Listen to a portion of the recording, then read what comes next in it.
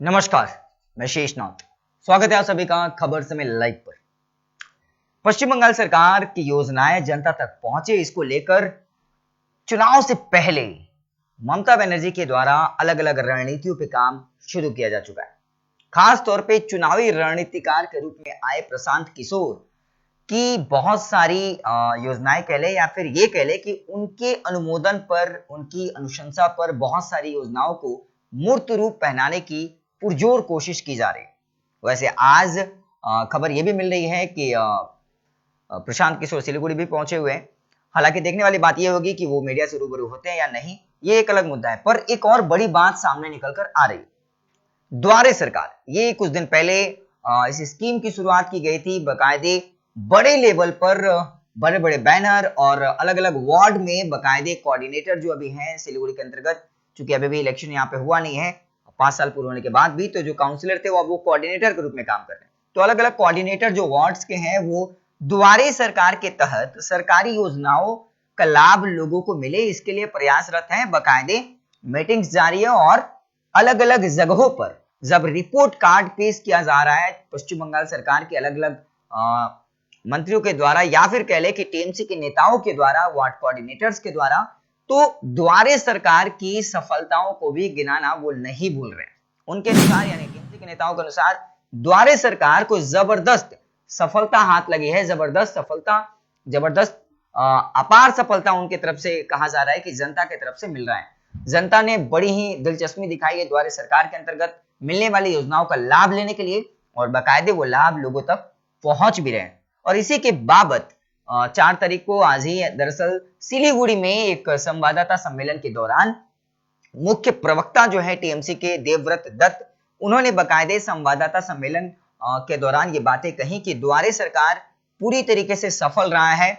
और उसके अंतर्गत जो वृद्धा पेंशन की बात हो, जाति निवास बनाने की बात हो, या फिर स्वास्थ्य कार्ड की बात हो, यानी स्वास्थ्य साथी कार्ड की बात हो, या कर्मसाथी प्रकल्प के अंतर्गत लोगों की रुचि, युवाओं की रुचि, ये सारी बातों को गिनवाते हुए उन्होंने कहा कि इसकी सफलता के बाद, यानी द्वारे सरकार को जिस तरीके से पब्लिक का रिस्पांस मिल रहा है, जनता जनार्दन का रिस्पांस मिल रहा है, उसके बाद अब सरकार की तरफ से एक और बड़ी योजना पे काम किया जा चुका है और उसे मूर्त रूप दिया जा चुका है। उसका नाम रखा गया है पाड़ाई सरकार। पाड़ाई सरकार यानी मोहल्ले की सरकार, मोहल्ले में सरकार कह सकते हैं। हालांकि द्वारे सरकार door step, government at the door step था ही, तो ये पाड़ाई सरकार किस मायने में अलग होगा ये देखने वाली बात होगी। पर निश्चित तौर से टीएमसी के नेताओं का कहना है कि पाड़ाई सरकार के अंतर्गत मोहल्ले की स्थानीय समस्याओं को वहीं पे त्वरित समाधान के माध्यम से सुलझा लिया जाएगा। क्या कुछ कहा इस संवाददाता सम्मेलन के दौरान देवव्रत दत्त ने, आप भी देखिए। दुआरे सरकार কর্মসূচির মাধ্যমে রাজ্য সরকার সরকারি প্রকল্পগুলিকে মানুষের ঘরে ঘরে পৌঁছে দেওয়ার উদ্যোগ নিয়েছেন। এর প্রথম দুটি পর্যায়ে মানুষের বিপুল সাড়া মিলেছে। তবুও এমন কিছু সমস্যা থেকেই যায় যা একেবারে স্থানীয় স্তরে সমাধানের প্রয়োজন সবসময়ই দেখা দেয়। স্থানীয় স্তরে এবং কমিউনিটি স্তরে এই সমস্যাগুলি সমাধানের জন্য তৃণমূল কংগ্রেস পরিচালিত রাজ্য সরকার আরও একটি সমাধান সূত্র কর্মসূচি নিয়ে এসেছে আপনাদের সামনে, যার নাম হলো পাড়ায় সমাধান। নাম শুনলেই এটা পরিষ্কার যে এর মাধ্যমে একেবারে পাড়া স্তরের সমস্যাও সমাধান করা হবে। রাজ্য জুড়ে 466টি প্রশাসনিক ইউনিটে কমিউনিটি স্তরের সমস্যা সমাধানের জন্য তৃণমূল কংগ্রেস পরিচালিত পশ্চিমবঙ্গ সরকার এই উদ্যোগ নিয়েছে এবং তা নিয়ে আলোচনা করতেই আজকে আমরা এখানে আপনাদের আমন্ত্রণ জানিয়েছি।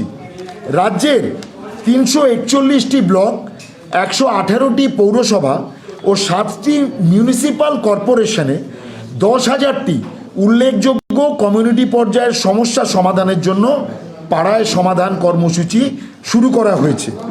আপনাদের বলি যে এই কর্মসূচিকে বাস্তবায়ন করার জন্য রাজ্যের মুখ্য সচিব আলাপন বন্দ্যোপাধ্যায়ের পরিচালনায় এবং প্রভাত মিশ্র, যিনি প্রধান সচিব জল সম্পদ মন্ত্রক, এনার নেতৃত্বে একটি টাস্ক ফোর্স, যে টাস্ক ফোর্সের মধ্যে জেলা ম্যাজিস্ট্রেট, উপবিভাগীয় কর্মকর্তা বা এসডিওরা এবং ব্লক ডেভেলপমেন্ট অফিসার বা বিডিওরা থাকবেন এবং সঙ্গে অন্যান্য যতগুলো বিভাগ আছে রাজ্য সরকারের সব বিভাগের যারা স্থানীয় কর্মকর্তা সর্বোচ্চ পর্যায়ের তারা উপস্থিত থাকবেন।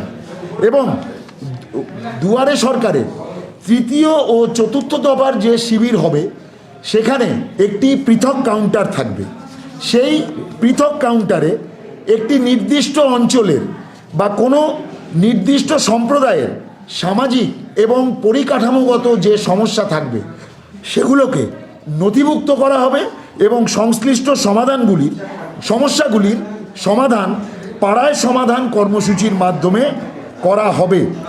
আপনাদের এখানে একটুখানি উল্লেখ করে দিই যে দুয়ারে সরকারের প্রথম দুটি পর্যায়ের সাফল্যের পরে বাকি দুটি পর্যায়ে যাতে আরও বেশি সংখ্যক মানুষ তাদের কাছে রাজ্য সরকার পৌঁছতে পারেন সেই জন্য তৃতীয় পর্ব গত 2রা জানুয়ারি থেকে শুরু হয়েছে এবং দুয়ারে সরকারের প্রথম দুটি পর্যায় এবং তৃতীয় পর্যায়ের প্রথম দিন মিলে এখনো পর্যন্ত 1,56,71,707 জন মানুষ এই শিবিরগুলিতে এসছেন। আপনাদের বলি যে 100 দিনের কাজে এখনো অবধি দুয়ারে সরকারের प्रथम तो देखा आपने निश्चित तौर पे अपनी सफलताओं को गिना रहे थे और तृणमूल कांग्रेस के इस संवाददाता सम्मेलन में तृणमूल कांग्रेस के जिला अध्यक्ष रंजन सरकार भी मौजूद रहे। और हालिया दिनों में कल की ही बात है जब मंत्री गौतम देव भी सामने आए थे और उन्होंने इस बात से भी पर्दा उठाया था। दरअसल जो आशंकाएं व्यक्त की गई थी या जो भाव लोगों की तरफ से आ रहे थे कि कहीं मंत्री पद से उन्हें हटाया तो नहीं गया, पर वो खुद सामने आकर के वो उन्होंने कहा कि मतलब जिला अध्यक्ष पद से माफी चाहूंगा, उन्होंने खुद ही कहा कि उन्होंने अनुशंसा की थी बकायदे सुप्रीमो ममता बनर्जी से कि रंजन सरकार को वो पद सौंपा जाए, युवाओं को मौका दिया जाए। और अपने 46 वर्ष के करियर के बारे में भी उन्होंने गिनवाया था। ऐसे में आज जिला अध्यक्ष के रूप में भी रंजन सरकार मौजूद रहे और मुख्य प्रवक्ता के तौर पे देवव्रत दत्त ने बकायदे सरकार की द्वारे सरकार की स्कीमों की सफलताओं को गिनवाया और साथ ही साथ अब पाड़ाई सरकार किस तरीके से मोहल्ले के आखिरी छोर पे रहने वाले व्यक्ति को इससे जोड़ेगी और लाभ जनता तक पहुंचेगा, इसके बारे में भी उन्होंने बातें बताई। हालांकि चुनावी मौसम अभी से ही दिखने लगा है और इस मौसम में अलग अलग रंग भी सामने आ रहे हैं। ऐसे में देखने वाली बात यह होगी कि इन योजनाओं का वास्तविक तौर पे जमीनी हकीकत के रूप में धरातली अवस्था में ये कैसे परिवर्तित होते हैं और कैसे ये सारी योजनाएं एक्चुअल में जनता तक पहुंचती है, ये तो देखने वाली बात होगी। लगातार ताजा अपडेट्स पाने के लिए, खबरों के साथ जुड़े रहने के लिए देखते रहिए खबर समय, हर समय खबर समय। धन्यवाद।